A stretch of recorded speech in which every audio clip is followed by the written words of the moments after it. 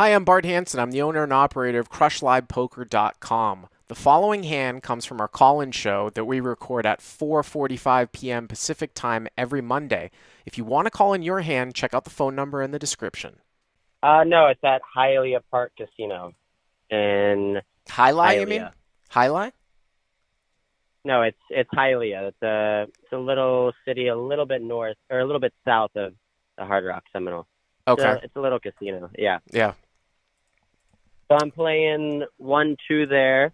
I just sat down about an hour or so ago. This happened last week. And I've got a stack of about 325. Okay. And the villain in this hand, I played with him a couple times before. He's a decent player. He's very aggressive. He's always betting with his draws. He's betting if he hits the flop at all, he'll bet with moderate or middle pair. He'll bet with an open ender.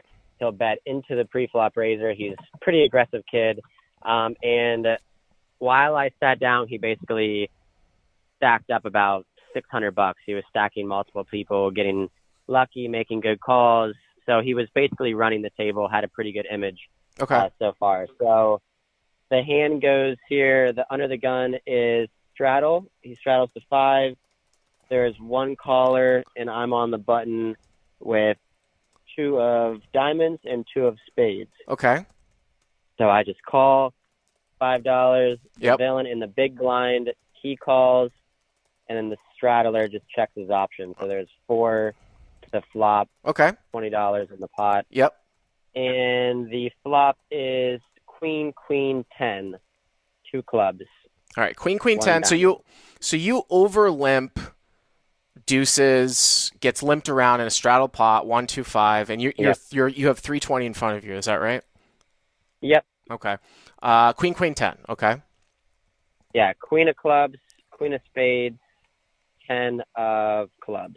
Okay. And so it gets checked to me. The villain checks first. Check, check. And I have a pretty tight image. I haven't really played many hands since I sat down, so I thought I could probably just steal the pot here. I don't know about this bet, but I bet $15. Nobody really seemed too interested in the hand, and I assumed that if I got called, I was in position and I could play from there. So I bet 15. This is interesting. Let me just interrupt you for a second because I want to bring the live chat into this. Ben Fox in the live chat. I would have said I was expecting you like 99.9% of the time to say that this one got checked through and the turn was a deuce and we're gonna have turn action. But Ben Fox, you're with me. But yeah, in terms of your bet here, yeah, I think it's really way too wide. I mean, there's so many people. I know what your thought is that like some people would bet a queen here, you know, but there's so many straight draws and stuff out here. Like you need to take a hand, and that's the thing. Like you need to take a hand that, and this is what we're talking about, like forming some of your bluffs here, or a continuation bet, or just a bet as a bluff here, like in a limped pot. You want a hand that has some sort of chance of improving. So I mean, it's tough for me to say on this board on queen queen 10, but like you'd want to bet with like jack 9, or maybe even like 8, 9 of spades, which is like a gutter bottom gut shot with a backdoor spade draw. Betting a small pair is just.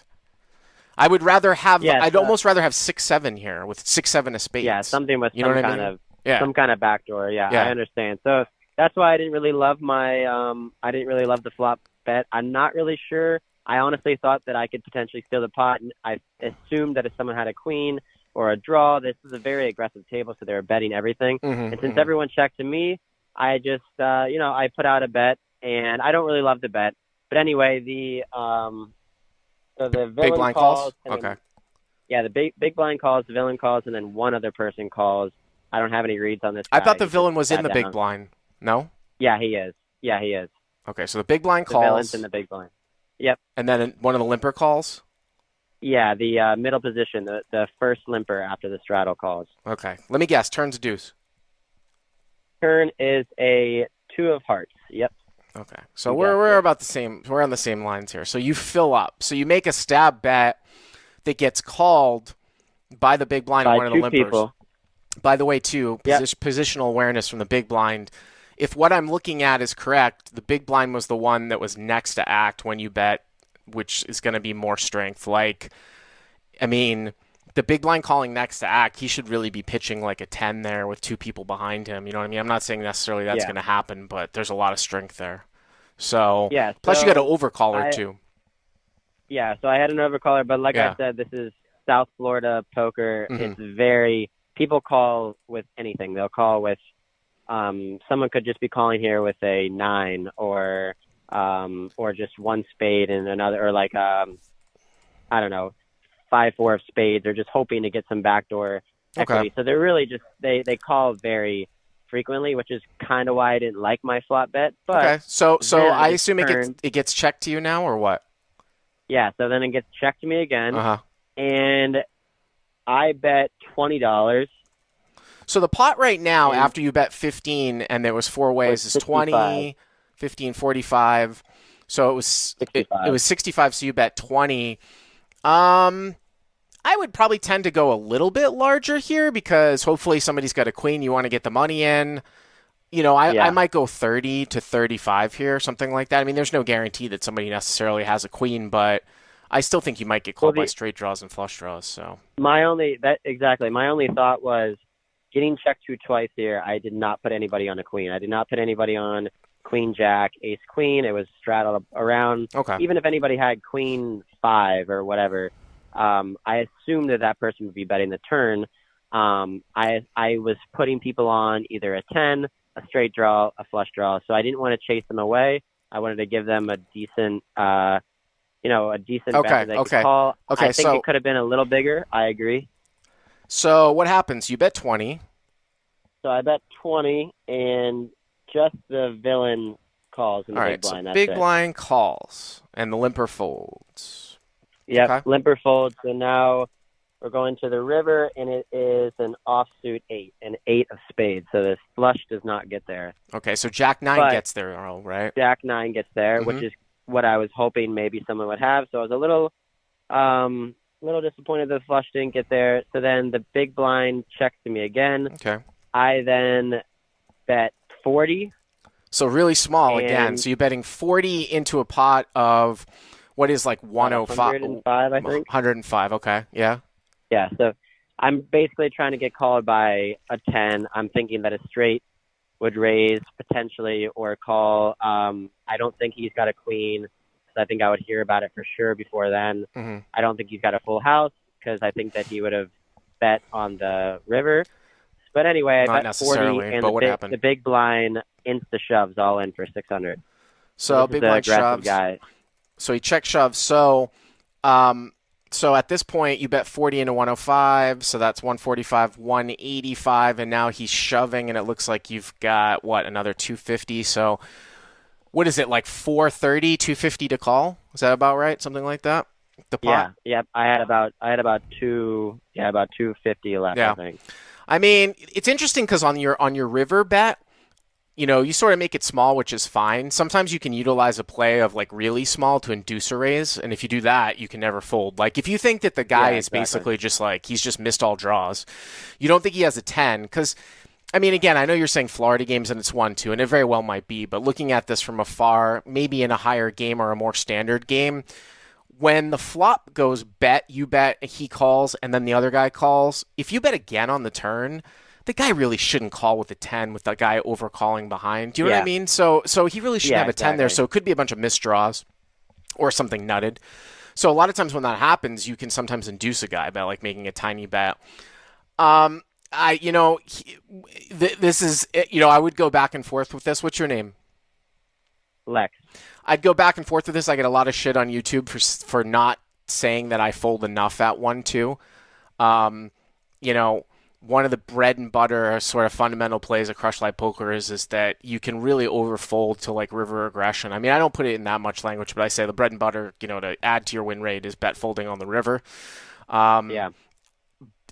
But at the same time, people do such spazzy shit at 1-2. I have a really hard time folding absolute strength hands. However, I will say that that's normally on an earlier street.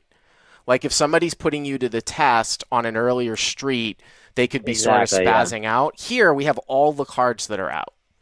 Yeah, So there's nothing else that could come. He has no other draws that he right, could hit. well, right, He all the either cards has are it out. or he doesn't. All the cards Yeah. are out, so it's not like he can really overplay something. Now, I guess he could overplay Jack 9. I don't know if he's going to check shove all in with Jack 9.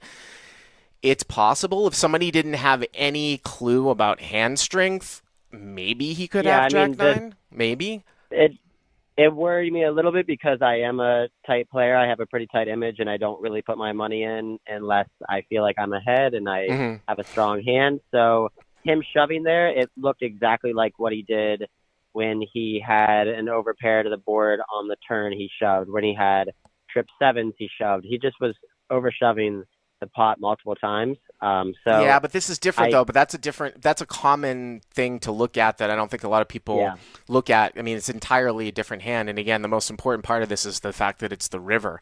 exactly. I Yeah, don't yeah. think you're going to make a mistake really too much either way. If the guy's a total spaz and you've seen him like run a bluff before, then maybe I call.